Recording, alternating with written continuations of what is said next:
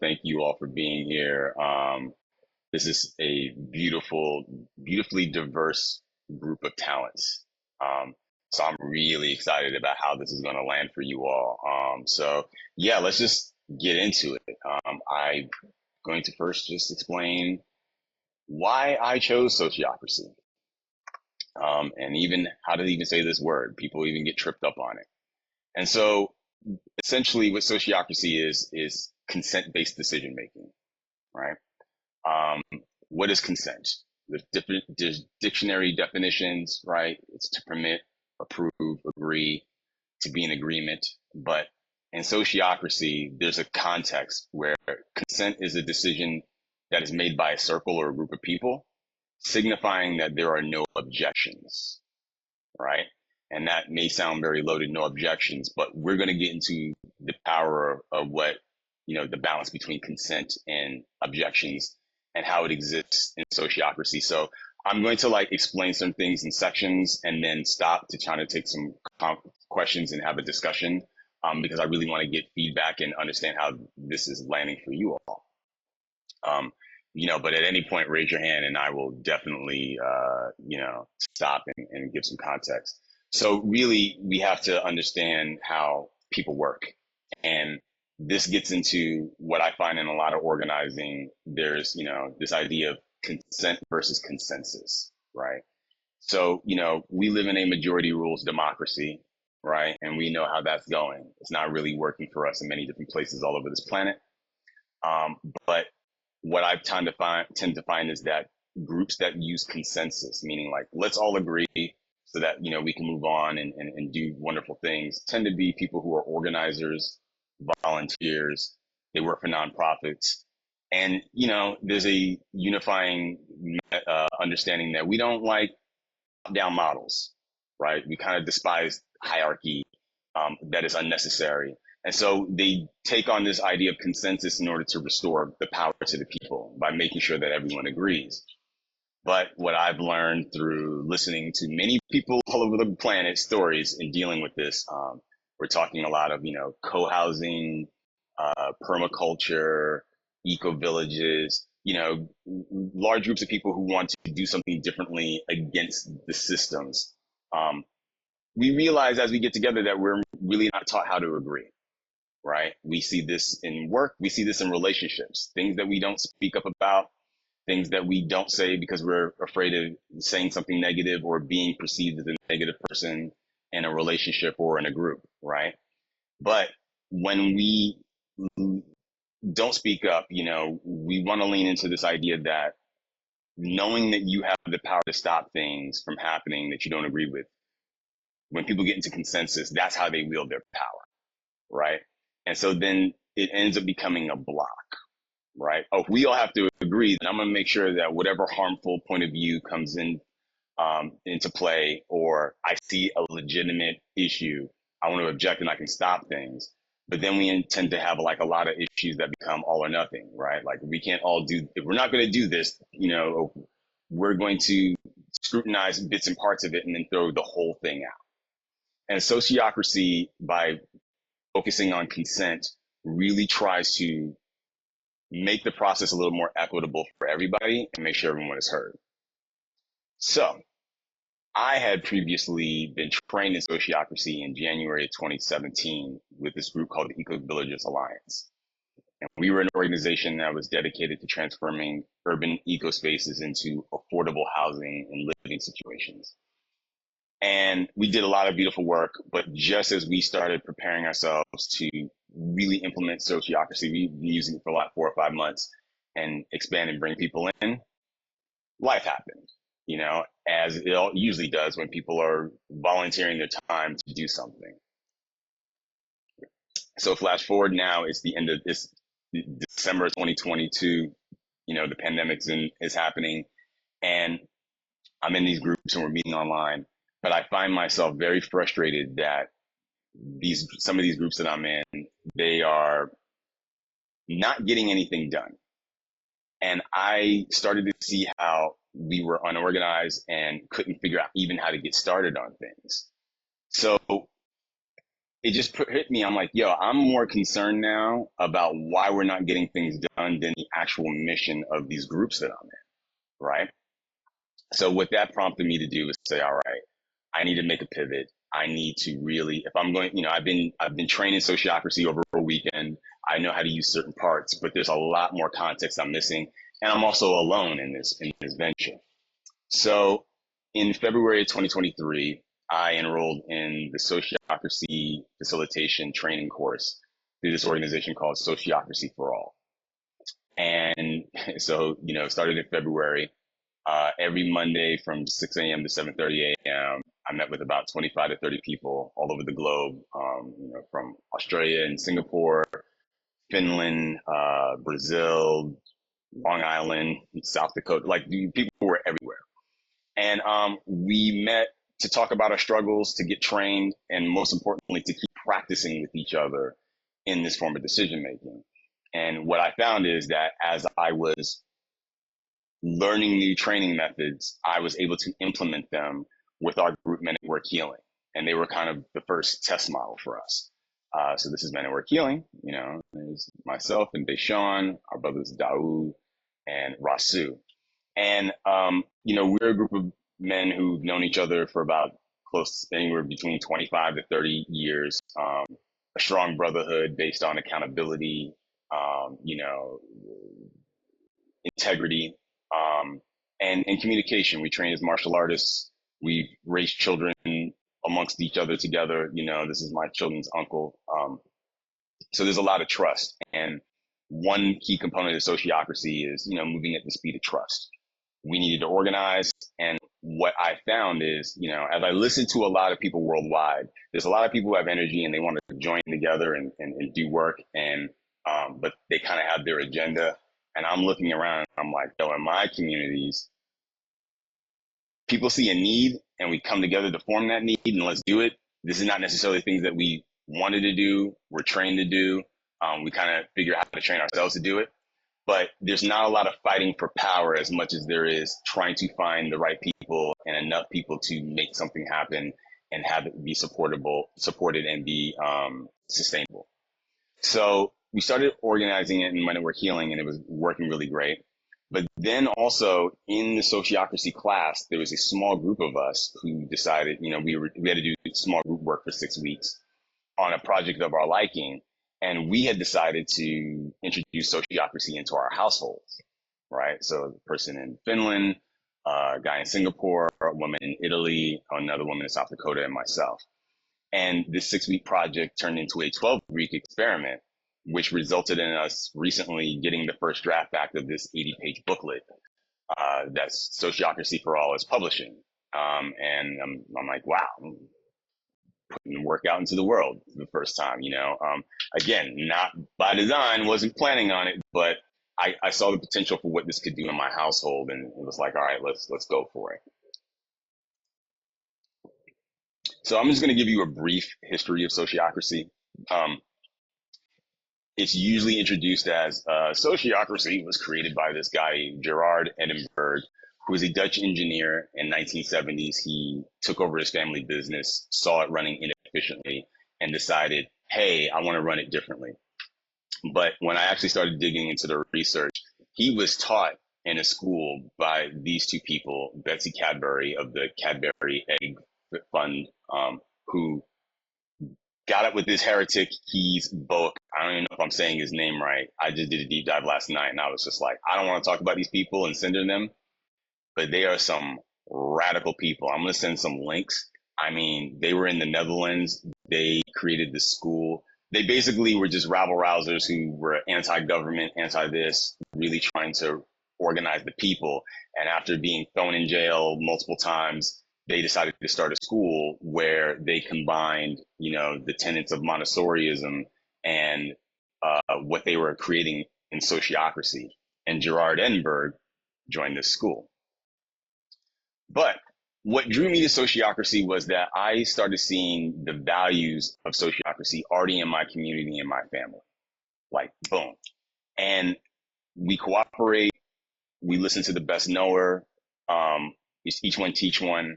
And particularly amongst my group of friends, as we've gotten older, we've learned to have hard conversations, but really listen to each other and keep things healthy.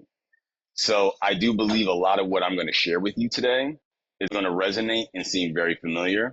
And this was the point of me wanting to dig into sociocracy, but then also try to recontextualize it, because a lot of my early trainings are don't do this and don't do that. And I'm like, me and my people don't already do that. We don't have these issues, right? But also, what I found is that, you know, we operate very sociocratically, right? But sociocracy itself is an organizing tool that I think works better than capitalism, works better than this democracy we have, and better than consensus and other top-down models, because, in my opinion, it's more in alignment with our spirit, right? It just allows us to create a container, but what we fill the container with is who we are. And so, you know, as I started building and talking about sociocracy to people, a couple of friends of mine mentioned the Great Law of Peace by the Haudenosaunee people of the Iroquois Confederacy. And I'll again share some links. I mean, there's so many fascinating videos. But what I discovered is that, you know, the Haudenosaunee people used a complex system of governance based on consensus that they started, you know, it's debated, but they say around 1450. And this actually became the foundation of the American governance system.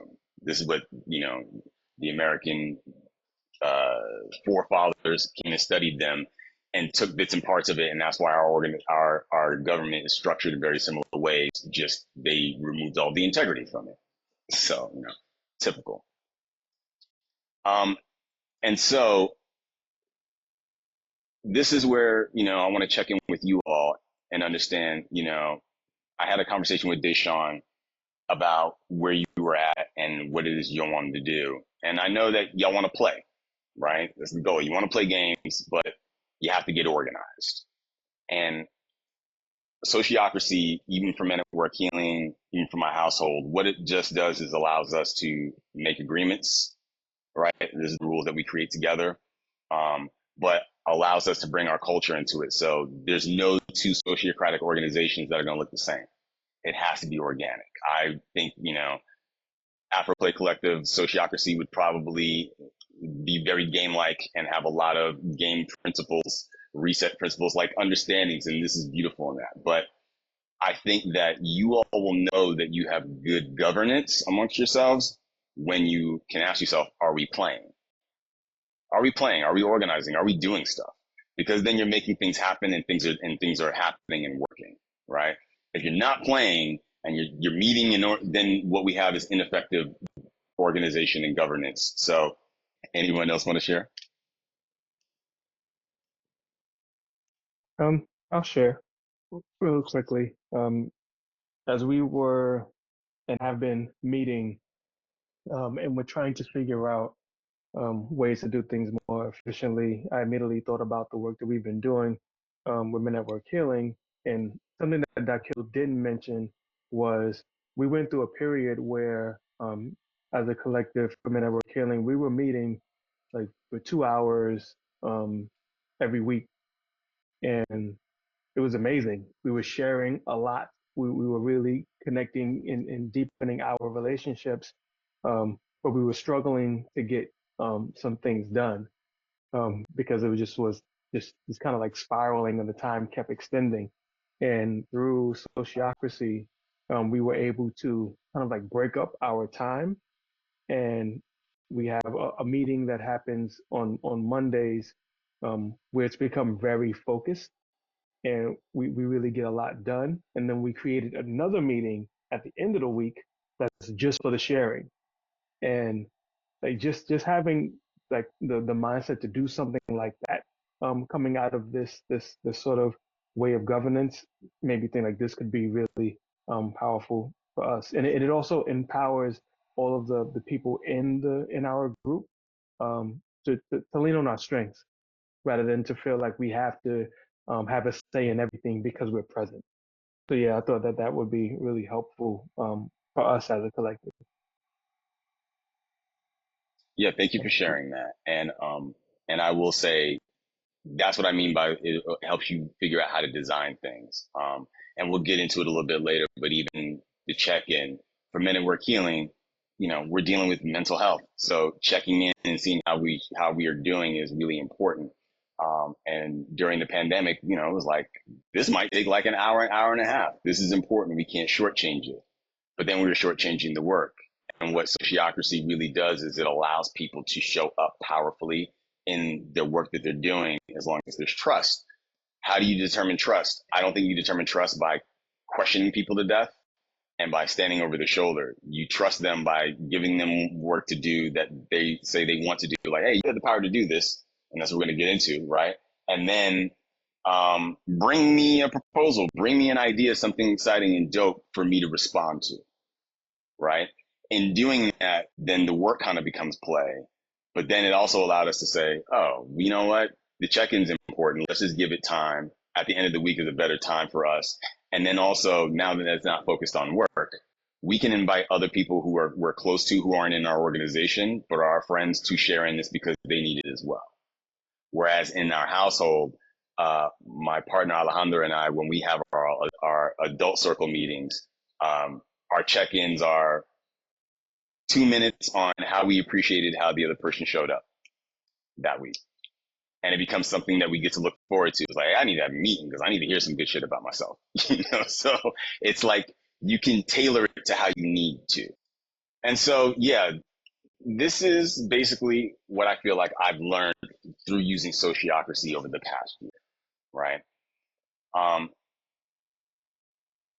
I did the 1 year training in facilitation. Immediately when I was done, the organization was like, we're making it from 1 year to 6 months, right? They're trying to revamp how they're doing it. They just had their Sociocracy for All just had their big conference, yearly conference. And a lot of the conversation was exactly the lane that I'm in, which is like, how do we talk about this differently? I was letting people know sociocracy is working for me because in deciding to do sociocracy, I was like, I do a lot of community organizing for a lot of people. I'm just going to do something that selfishly is going to work for me now, right? I'm not necessarily concerned with training everybody all over the world to do sociocracy, but I am going to use it whenever I can. So at work, that circle structure I showed you doesn't exist. But when they were like, we don't know what to do, this terrible company culture, we don't know how to get information, I helped them organize people into circles, right?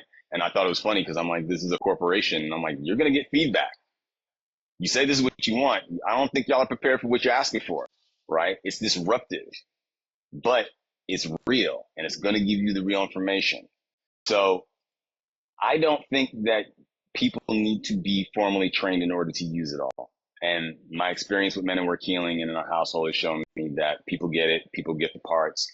And more often than not, rather than having people sit through weeks of training or days and days of training, I think what has worked is having at least one person who's interested in governance, who's interested in getting training, learn it, because that is what made the leap for me. I was a person who I was going to say 3 years, but I think for like 6 years, talked about the beauty of sociocracy and the potential, but without having enough tools to implement it and guide people through it, it didn't work. And a big part of the conversation at that conference last week was, help, I'm the sociocracy person in my organization. What do I do? They're looking for camaraderie. And I'm just like, as a facilitator, I didn't need to say, hey guys, we need to be trained in how to use this meeting format. I kind of waited till there was a problem and then say, hey, sociocracy has a tool for that. So I think Deshaun will agree. We were having a feedback issue and communication by using text, right? And there's 5 of us in different circles and departments, but we're talking and, if you put stuff into general text, you're going to get people talking that you don't want to talk about something or chiming in when you don't want to chime into something, right? But I have this other problem where I'm being real honest right now, where we're all supposed to be using Slack, but other people don't want to use Slack and they don't want to check in. It's not they don't want to, it's just not in their habits. I want to be honest. It's not in their habits. They're not used to it. And so I'm having to send people text saying, check your Slack. It can be annoying, but it's a process. So person A chimes in on person B's proposal in the text, and person B calls me and it's like, this is driving me nuts. And I'm like, so here's what I think we should do. We should commit to using Slack. We should commit to using the proper channels, because we then need to set up a protocol. And so in the protocol, because of feedback, we said in our organization, anybody has access to all the other channels. You can see the conversations, but we came up with an agreement. We came up with a proposal, me and this other person, person B, ended up, he gave me information. We presented it to the group and it said, you can go into Slack and anybody can comment on anything. These guys are talking about an event and you can be like, ooh, that might be too long, blah, blah, blah. But if you're not part of that circle, if you're not in that circle's domain, they don't have to answer you. They don't have to respond. And you don't have the right to be offended or get mad or have your feelings hurt, because it's not your work and you don't even really belong there. However, I also say to that circle B is about, you see the objection, you see what the question is. You might want to start weaving that in. Now, sometimes you don't have to respond because you've already thought about that. And then, times you're like, you plan something, people are like, what about you? Yeah, we'll get to that. Now you don't have to spend your time responding to that person. But also, if you don't respond, understand that when we come back to the general circle and you're presenting your idea, that person is going to say that then and object. And if you haven't figured out how to weave in that objection, you're probably just dealing with your ego. And that's not about the circle and the work and its aim and its domain.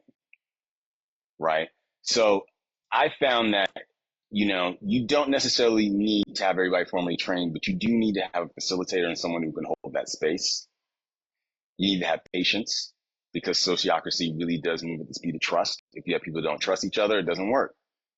Again, men at work healing, it's like we need to bring people in. And it's like, you got to group people who've known each other 20, 30 years. They may not want to play with everybody else. They may not trust everybody else. So rather than trying to bring, in this example, people into our general circle, up here is our operations circle that Deshaun and I are a part of. I'm like, well, you know what? We need help with the website. And we have a man who's a part of our group who comes to our potlucks, who's a web expert. We're just going to bring him into our circle and he's going to meet with us and talk about these things. And what we found is we're like, hey, can you take care of items 1, 2, and 3? And he's just like, yeah. But also, what about 4, 5, 6, 7, 8? Oh, we're getting a lot more intellectual knowledge. And you know what? Now we center that person in those meetings because he's really driving our direction, because he knows how this stuff works and we don't. And the item I have for him to do is number 7 on my list in all the organizational matters. But because he's solely focused on that, that's number 1 on his list. It's going to get done a lot faster than if it's waiting for me to get to number 6 or 7. Then we need social media help.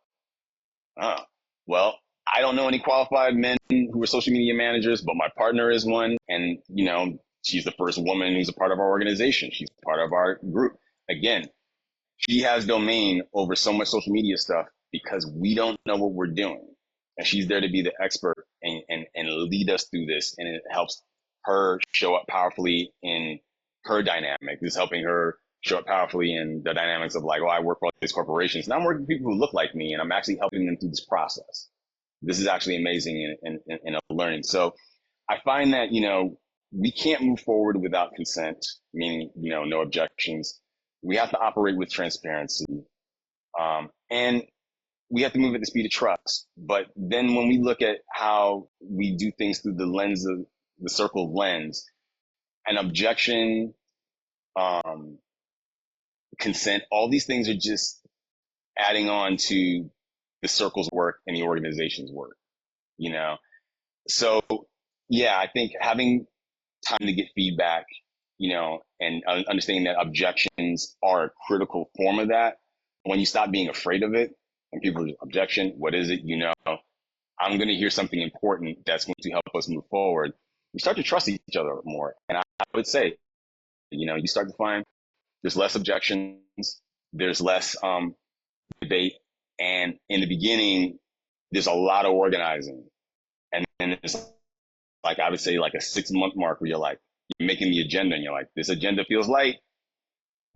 Like, are we not doing enough? And you're like, oh, we're actually doing what we're supposed to. We're in the rhythm. we're talking, we're communicating, and we're actually doing things. We're actually doing more. So there is a onboarding, I hate to say onboarding, but there's a kind of onboarding for your organization, which is like, we got to set it up, but just know once it's rolling and rocking, you meet less, your meetings take less time. Um, I'm looking forward to the day of Men at Work Healing's meetings are only 30 minutes, you know? And I'll tell you what, we're secure enough that we can sometimes not have meetings. Like, oh, it's a holiday, or oh, there's too many things happening in life, but we have other mechanisms for speaking.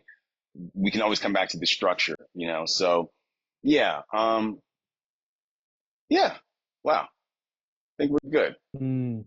I also want to echo, I thank you for giving your time and learned expertise to us. This was great for me to experience, having kind of seen how sociocracy has helped us with Men at Work Healing, and then realize like, wow, like I really learned a lot of like how these systems work and the different structures. And so as you were going through everything, um, yeah, it was nice to kind of see the formal aspects of it, to reinforce the I guess the lived experience that I've had.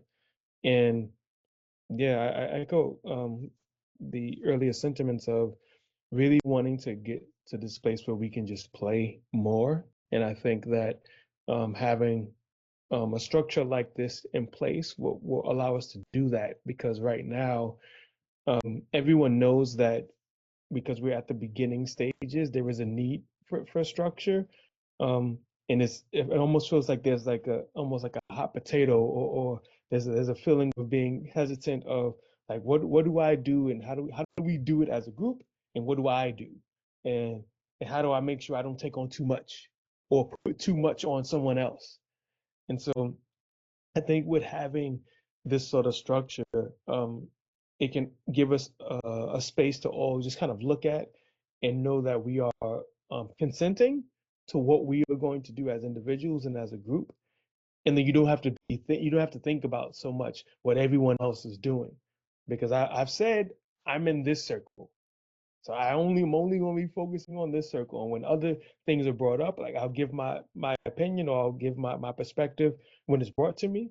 But my intention is I'm focusing on my circle and doing the best that we can do, whether that's being in the general circle or the general circle and three other circles that I've connected to. But kind of being clear on like what the marching orders are, um, that's big. And the last thing I'll say is it's it's really special when you get to that point where the agenda starts to get light, because we really we had a lot in Men at Work Healing. We were dealing with every week we're meeting, and there's a lot to go through with the set amount of time that we have.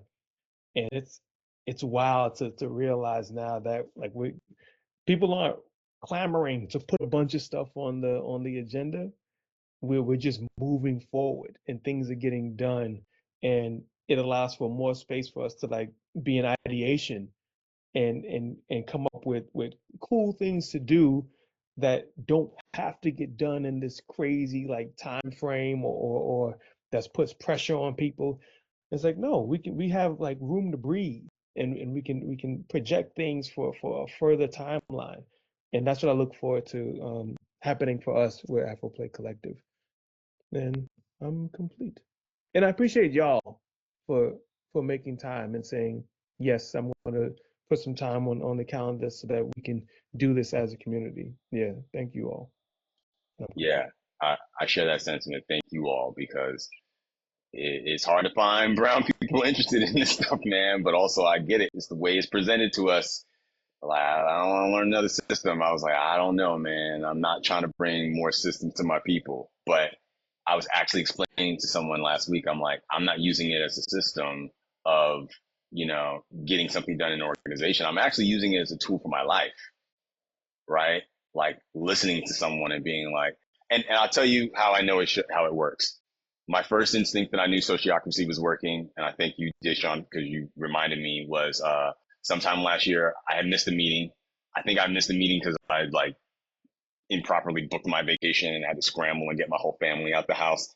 And when I went to check the meeting notes, Deshaun stepped in as the facilitator and everything had moved smoothly. And I was like, I didn't have to be there. That's dope. They get it, you know?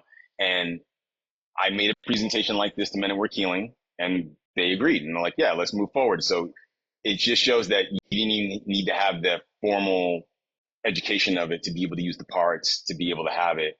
And I do think what you said, you know, it really allows you to look at your time, what you're doing, not only as a person, but as an organization.